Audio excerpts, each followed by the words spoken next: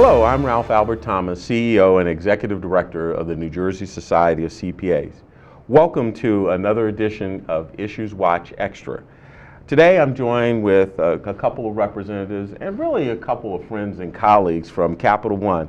Bill Gascoigne, Senior Vice President, Professional Services Group, and Therese Malilik, the Senior Vice President, Escrow Management. And they're here to discuss the recent findings on an economic survey which polled the sentiment at the local level, at the New Jersey level, of what's happening in the economy.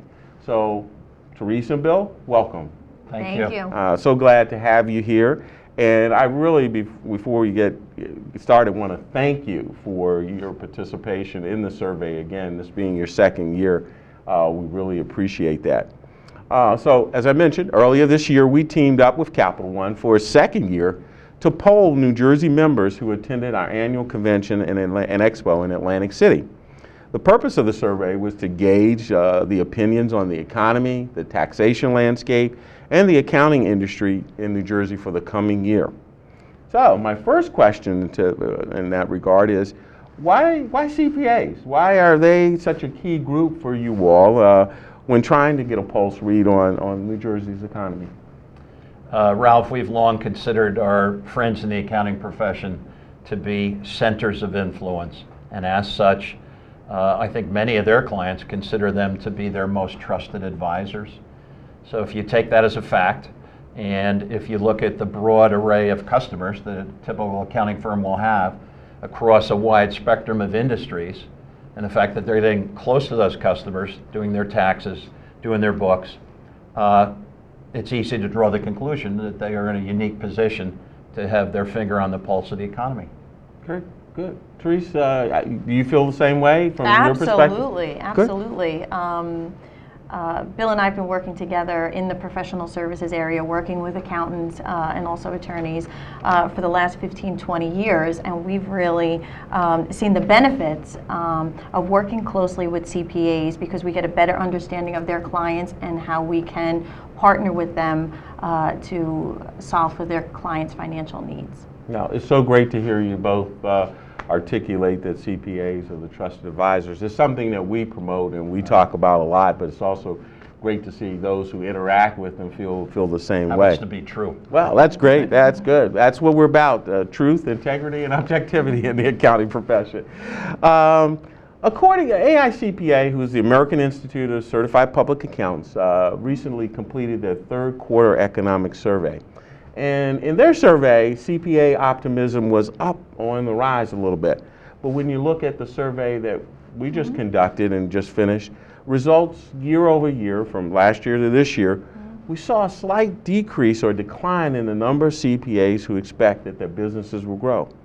Why do you think this was the case this year? I don't think it's any secret, Ralph, that economic activity in New Jersey over the last 5 to 10 years has lagged behind that of the rest of the country. That said, I prefer to look at this as the glass half full. The fact that 60% of the respondents said that economic activity was picking up, I think is a positive thing. Whether or not the economy in Texas or California, some other states, is doing a little better, I can't say. But overall, I think our respondents were feeling pretty good about their prospects and those of their clients. Therese, you feel the same way? I do. Putting the survey aside, even talking to other CPAs, we're hearing the optimism and we're seeing it in the business that we're doing. So I think that's really proof too of the survey results. And it may be that CPAs are just a little guarded sometimes, a little conservative, right, and don't want to, fluff up things too much because of any variance from that. It causes them to have pause. But okay, well that's good. I mean, because I was a little bit concerned, when you see a decline, you say, well, is there something that we're missing out there that we ought to be focused on as a profession to try to attack? So when you interact with your other clients and customers, let's set aside the CPAs, is there a lack of optimism? Do you see less optimism in New Jersey than elsewhere? And if so, what would you attribute that to? I know that's a three-part question, but I would say that our other professionals are optimistic about the economy. We deal with a lot of attorneys and law firms and engineering firms. But by and large, our accounting firm friends are the most optimistic group of the lot. We're seeing a lot of M&A activity, both amongst their client base, but also amongst themselves.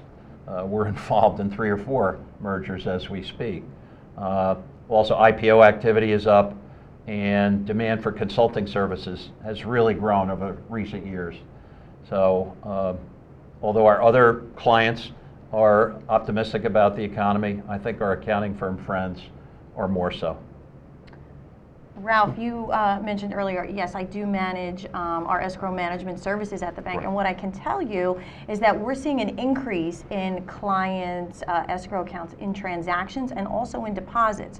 So that means there's a lot of good things going on in New Jersey, whether it be real estate closings, whether it be mergers, any type of transactions, there's more of them and there's an increase in balances. So that all is positive and good news. Well, that's good to hear, because that's at least very consistent with other surveys that we've seen on a national basis, which have indicated that M&A activity is on the rise, both in the U.S. and also globally as well. So, one thing that copped out in the survey was that it showed that CPAs are expecting their clients to pay more taxes. We got that. Somehow we just can never get away from the tax word in 2015. Do you think that this is an overriding factor in why fewer CPAs expect their businesses, the businesses to grow in their growth this year? Do you think that's playing a part in maybe some of the decline in the optimism? I would say in a word, no. I mean, no one likes to pay more taxes. Certainly I don't, I'm sure you don't either. But we live and work in New Jersey. It's a high income state, it's a high tax state, it's a very expensive state in which to live and do business. So one corollary of making more money and incomes are on the rise is paying more taxes. That said, based on the respondents to the survey, we still see 60% of the respondents optimistic about the future. And I wouldn't want to single out taxes as being one negative in an otherwise pretty upbeat economy. Okay.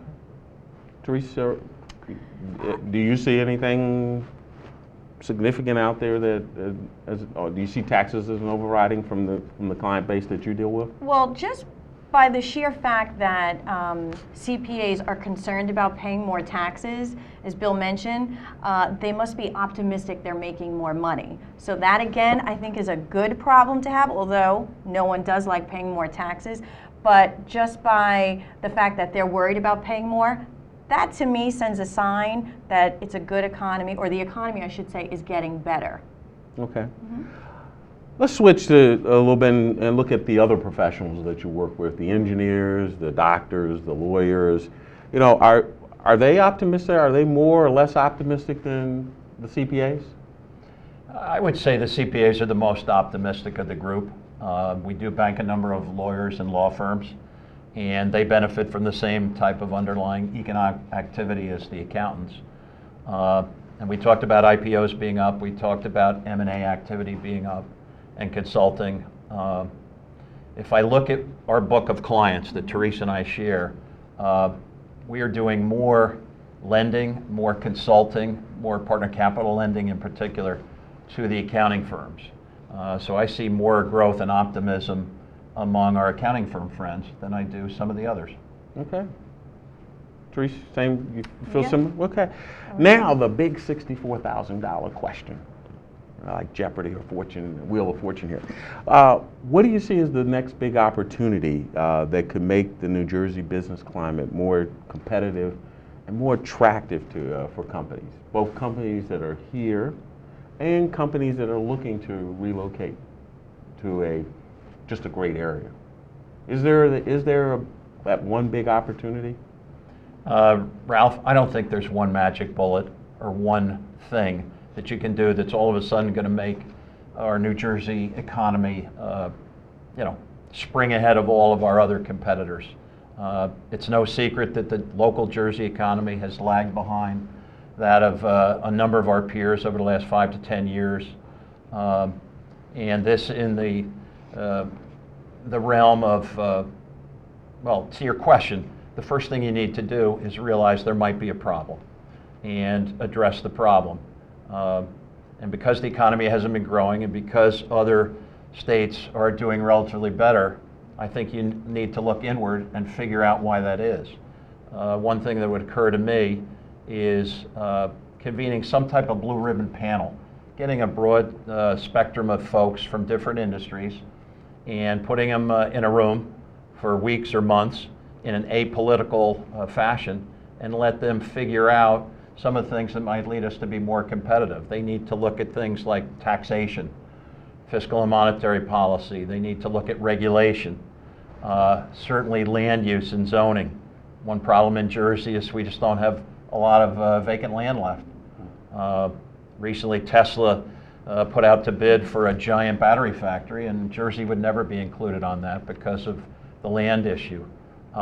We need to look at taxation. We need to look at demographics, changing population trends, and then come up with a series of recommendations that could inure to the benefit of New Jersey. But unfortunately, I don't see one quick fix. Okay. Therese, do you see that home run or grand slam that could, turn the tide here in New Jersey? Or I agree with Bill. I don't think there is one answer or one solution to this problem, but two things I think, and we talked a lot about taxes today. I think tax benefits or tax reform would really help. But another thing I think is our neighbors over the Hudson River in New York. You may have seen the ads promoting small businesses or businesses to start up in New York and offering a lot of tax incentives. I think some type of tax incentives or something to promote or the state and to bring businesses in would be a great help. And I think that would be a great program. One thing we've seen, Ralph, over the last 5 years is the economic pie in New Jersey. It's just not growing. It's been sort of stagnant. So rather than worrying about how to redistribute the pie, we need to worry about how to grow the pie. And I think this blue ribbon panel and picking the brains of a lot of diverse different people could help us come up with a blueprint to compete effectively with some of the southern states that are doing quite well, or relatively better than New Jersey. We're still doing okay. We could do better. Yeah. One of the big questions or issues that always comes up when you talk about changing tax policy or offering more incentives is the question of how do we pay for it? Yep. And that seems to always stifle the conversation.